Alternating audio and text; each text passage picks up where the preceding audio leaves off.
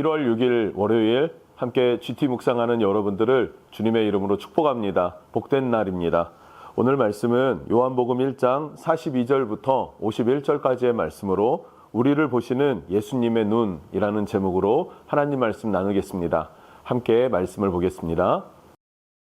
데리고 예수께로 오니 예수께서 보시고 네가 요한의 아들 시몬이니 장차 게바라 하리라. 게바는 번역하면 베드로라. 이튿날 예수께서 갈릴리로 나가려 하시다가 빌립을 만나 이르시되 나를 따르라. 빌립은 안드레아와 베드로와 한 동네 베세다 사람이라. 빌립이 나다나엘을 찾아 이르되 모세가 율법에 기록하였고 여러 선지자가 기록한 그 일을 우리가 만났으니 요셉의 아들 나사렛 예수니라. 나다나엘이 이르되 나사렛에서 무슨 선한 것이 날 수 있느냐? 와서 보라. 예수께서 나다나엘이 자기에게 오는 것을 보시고 그를 가리켜 이르시되 보라, 이는 참으로 이스라엘 사람이라. 그 속에 간사한 것이 없도다. 어떻게 나를 아시나이까? 빌립이 너를 부르기 전에 네가 무화과 나무 아래 있을 때 보았노라. 랍비여, 당신은 하나님의 아들이시요 당신은 이스라엘의 임금이로소이다. 내가 너를 무화과 나무 아래에서 보았다 함으로 믿느냐? 이보다 더 큰 일을 보리라. 진실로 진실로 너희에게 이르노니 하늘이 열리고 하나님의 사자들이 인자 위에 오르락 내리락 하는 것을 보리라.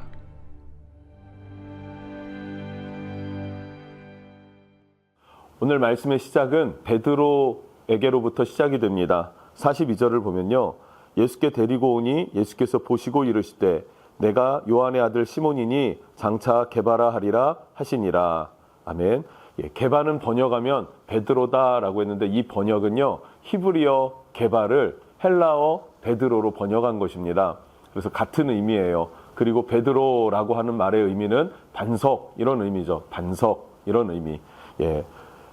베드로는 사실 예수님 처음 만난 이 순간에 굉장한 다혈질이었죠. 그 이후의 삶을 보면 굉장한 다혈질, 기복이 심한 사람, 그런 사람이 베드로였습니다. 그런데 그를 향하여서 예수님이 뭐라고 하십니까? 너는 반석이다. 너는 베드로다. 라고 말씀해 주셨어요. 그리고 그 말씀대로 실제 초대교회가 세워졌을 때 교회의 든든한 반석과 같은 그런 역할을, 그런 기초의 역할을 감당해 줬던 그런 사도가 베드로가 되는 것이죠. 할렐루야. 예수님의 말씀이 그대로 베드로의 삶에 성취된 것입니다. 우리의 삶도 마찬가지일 줄로 믿습니다. 우리의 삶은 다혈질이고 또 우리의 삶은 때로는 기복적이고 우리의 삶은 때로는 연약해서 넘어지고 부서지지만 주님이 우리의 삶을 만져주시고 세워주셔서 하나님 나라의 든든한 일꾼으로 삼아주실 줄로 믿습니다. 그런 그 과정 가운데에는 반드시 말씀의 묵상이 필요하겠죠. 그리고 기도하는 삶이 필요할 것입니다. 그래서 여러분들이 함께 말씀을 나누고 또 기도하는 이 시간은 매우 복된 것입니다. 잘하시는 것입니다. 여러분 축복합니다. 그렇게 해서 빌립이 베드로를 예수님께로 초청해 왔습니다. 그리고 43절부터 마지막까지 내용을 보면 나다나엘이라고 하는 사람을 빌립이 또 초청해 옵니다. 빌립이 뭐라고 초청을 하냐면 빌립이 이르되 와서 보라요. 와서 보라. 앞서 나누었던 자기 형제 베드로도 어떡합니까? 와서 보라. 내가 메시아를 만났다. 와보라. 라고 해서 초청했어요. 그래서 예수님과 만남을 이루게 되었고 그 가운데 수제자 베드로가 탄생하게 된 그 시작되어지는 그 시작점이 된 것이 바로 빌립입니다. 그런데 빌립이 또 나다나엘을 찾아갔어요. 왜냐하면 44절을 보니까요. 빌립은 안드레와 베드로와 한 동네 베세다 사람이라 라고 말하면서 45절 빌립이 나다나엘을 찾아와 이르되 라 그래요. 나다나엘을 찾아가서 율법에 기록된 또 선지자들이 이야기했었던 그 메시아를 내가 만났다. 그가 나사렛 예수다 라고 말하니까 나다나엘이 44절 46절에 말합니다. 나다나엘이 이르되 나사렛에서 무슨 선한 것이 날 수 있느냐라는 거예요. 이것이 나사렛을 무시해서가 아니라 메시아가 어떻게 나사렛에서 태어나니? 라는 의미겠죠. 나사렛은 선한 것이 날 수 없다. 선한 메시아는 어디에서 나온다고 합니까?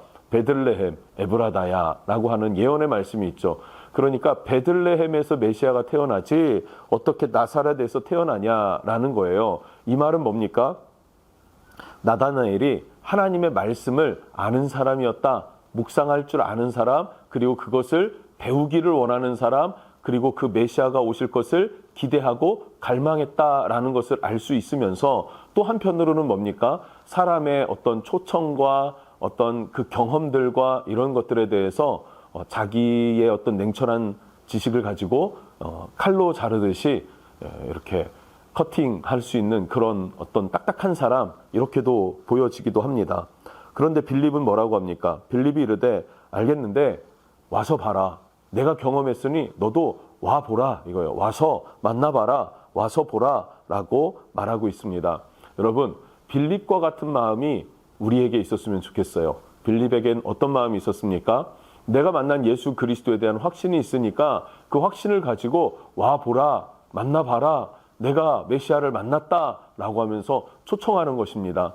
논리적으로 그건 말이 안 돼. 알겠는데 와서 너가 만나봐. 그러면은 알게 될 거야 라고 초청을 하는 것이죠. 그리고 결국에는 나다나엘이 예수님께로 나아오게 되었습니다. 그런데 47절에 예수님이 나다나엘에게 이렇게 얘기를 하세요. 중반부터 보면요. 이스라엘 사람이라 라는 거예요. 이는 참으로 이스라엘 사람이라 그 속에 간사한 것이 없도다. 예, 그 속에 간사한 것이 없도다.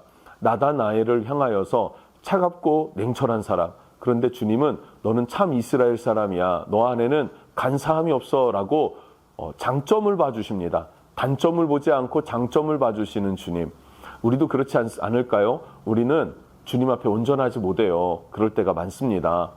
그런데 주님은 우리의 온전하지 못한 부분을 보시는 게 아니라 우리의 장점을 보신다는 말이죠.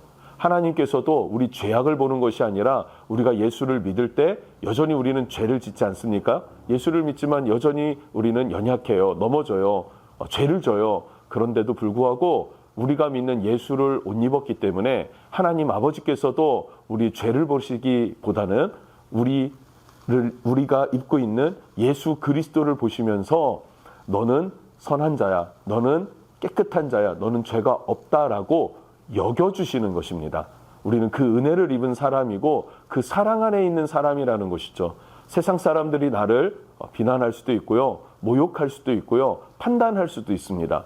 그러나 우리 주님께서는 우리를 사랑하시고 품어주신다라는 사실을 또한 나다나엘을 통해서 배웠으면 좋겠어요. 간사한 것이 없다라고 이 표현들이 우리가 조금 더 깊이 묵상해 보면요. 반대적인 사람이 있는데 그 사람이 야곱이었어요. 야곱은 간사한 자, 발꿈치 잡는 자, 어떤 일을 할 때 발목 잡는 사람들 있잖아요. 그렇게 형의 발목을 잡고 끌려 나온 그런 야곱, 야비한 자, 이런 야곱이었어요. 그런데 하나님께서는 그 야곱을 어떻게 바꿔주셨습니까? 이스라엘로 바꿔주셨어요. 그래서 예수님은 이 나다나엘을 통하여서 너는 참 이스라엘이다. 넌 야곱과 같은 자가 아니라 너는 이스라엘과 같은 자다. 이렇게 설명해 주시고 또 표현해 주시는 것입니다. 인정해 주셨다라는 거예요. 그리고 그 근거가 있어요. 48절을 보면요. 나다나엘이 이르되 어떻게 나를 아십니까? 라는 거예요. 내가 참 이스라엘 사람? 그리고 내가 간사함이 없는 것 어떻게 아십니까? 라고 되물었습니다. 그런데 예수님이 대답하여 이르시되 빌립이 너를 부르기 전에 나다나엘 너를 부르기 전에 나다나엘 네가 무화과 나무 아래 있을 때 내가 보았다라고 말하고 있습니다. 이 무화과 나무 아래 있다라는 표현 자체는 그 유대인들의 사상 속에는 토라를 연구하는 장소, 또 기도하는 장소라고 그냥 인식되는 거예요. 나다나엘은 이 무화과 나무 그늘 아래에서 뭘 많이 했습니까? 하나님의 말씀을 연구하면서 메시아에 대한 기대, 그 주님이 언제 오실지 이것에 대한 기대감을 가지고 더 말씀 배우기를 원했고, 그리고 묵상할 줄 아는 사람, 쉽게 말하면 GT 할 줄 아는 사람이었다, 이렇게 볼 수 있어요. 하나님에 대해서 여러분 혹시 GT를 율법처럼 하진 않으시죠? 오늘은 꼭 해야 돼. 물론 이것도 좀 필요합니다. 습관이 될 때까지는 조금 율법적으로라도 우리가 좀 이렇게 몸에 뵐 때까지는 노력을 해야 돼요. 그런데 하나님의 말씀을 깊이 묵상하면서 나아갈 줄 아는 삶, 그게 나다나엘의 삶이었다는 거죠. 또 그 말씀을 붙잡고 기도하면서 하나님 약속하신 이 메시아를 보내주세요. 이 약속한 메시아를 보내주세요. 이 하나님의 나라의 이 임금 그 분을 빨리 보내주십시오라고 기도할 줄 아는 사람이 바로 나다나엘이었다라는 것을 알 수 있습니다. 그러자 49절에 나다나엘이 이제 마음이 열렸어요. 예수님을 향하여 이렇게 고백합니다. 라비어, 당신은 하나님의 아들이시오라고 고백해요. 하나님의 아들이십니다. 당신은 이스라엘의 임금이 되십니다. 임금이로소이다라고 말해요. 왕이신 주님, 하나님의 아들이신 예수님, 그분이 당신이군요라고 예수님을 인정하게 되었다라는 사실입니다. 메시아 되심을 깨닫게 된 거예요. 할렐루야죠. 예, 이런 은혜가 오늘 하루도 있었으면 좋겠습니다. 주님의 주 되심을 깨닫는 저와 여러분 되었으면 좋겠습니다. 네. 그리고 나서 50절에 예수님께서 그 나다나엘에게 말해 주세요. 50절부터 보면요. 예수께서 대답하여 이르시되 내가 너를 무화과 나무 아래에서 보았다 함으로 믿느냐? 이보다 더 큰 일을 보리라라는 거예요. 더 큰 일을 보리라. 어떤 일을 볼까요? 또 이르시되 진실로 진실로 너희에게 이르노니 하늘이 열리고 하나님의 사자가 인자 위에 오르락 내리락 하는 것을 보리라 하시니라. 아멘. 야곱이 형 에서를 피해서 도망할 때 베델에서 하늘 문이 열리고 천사들이 그 사닥다리를 타고 오르락 내리락 하는 것을 보지 않았습니까? 그렇게 하늘 문이 열린 것, 그리고 그 하나님의 임재를 경험했던 것, 그 하나님 나라를 향하여 바라볼 수 있는 영의 눈이 열린 것, 그것을 나다나엘아, 너도 그렇게 눈이 열리게 될 것이다 라는 거예요. 이것을 조금 쉽게 표현을 한다면 어떤 말이 될까요? 이것은 예수님께서 천국문을 여시는 분이시다. 그리고 천사들을 심부름꾼처럼 부릴 줄 아는 그런 권세를 가진 분이 주님이시다. 이것을 너가 보게 될 거야 라고 이야기를 해주시죠. 우리의 신앙이 그렇습니다. 예수님이 나의 구세주가 되십니다 라는 것에서 더 깊이 들어가게 되면 그 하나님 나라를 바라보고 소망하게 되는 것이죠. 하나님의 소망, 하나님 나라에 대한 갈망, 그 마음이 나다나엘에게 심겨졌습니다. 또한 우리에게도 심겨지기를 원합니다. 여러분을 축복합니다. 기도하겠습니다. 하나님 감사합니다. 우리에게도 빌립과 같은 은혜를 주십시오.